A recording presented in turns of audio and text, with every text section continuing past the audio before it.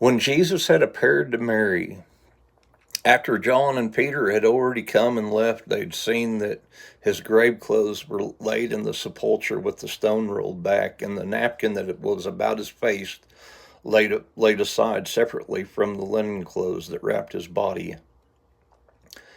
And when she turned herself back up, and Jesus, not knowing it was Jesus, supposing it to be the gardener, said, and Jesus asked, "Woman, why do you weep, and who do you seek?" And she, supposing him to be the gardener, said unto him, "Sir, if you have borne him away, carried him away from here, tell me where you have laid him, and I will take him away." And Jesus said unto her, "Mary." And then she recognized it was Jesus.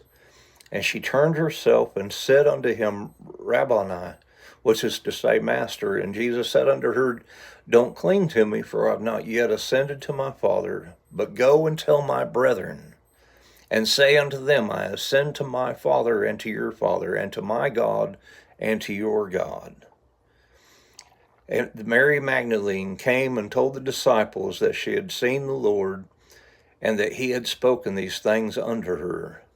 Now, if we go back to Matthew chapter 24, when Jesus had appeared to all of them after having appeared to Simon and the other disciple in the way, and he rebuked them for their unbelief, as Luke said.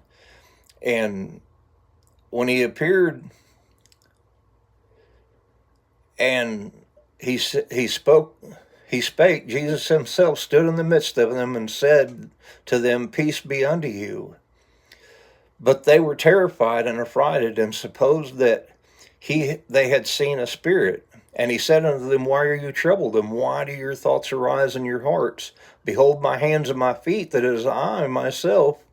Handle me and see, for a spirit hath not flesh and bones, as you see me have." And he said, after he had thus spoken, he showed them his hands and his feet. And while they yet believed not for joy and wonder, he said unto them, "Have ye here any meat?" And they gave him some fish, and he did eat. And these words which I have spoken while I was yet with you, that all things must be fulfilled, which was written in the law of Moses, and then the prophets and the Psalms concerning me. I mean, we got to understand Jesus was a man, flesh and blood, and that's what John is getting at in 1 John 4:1. Those that don't confess that, they're listening to the Antichrist. Amen.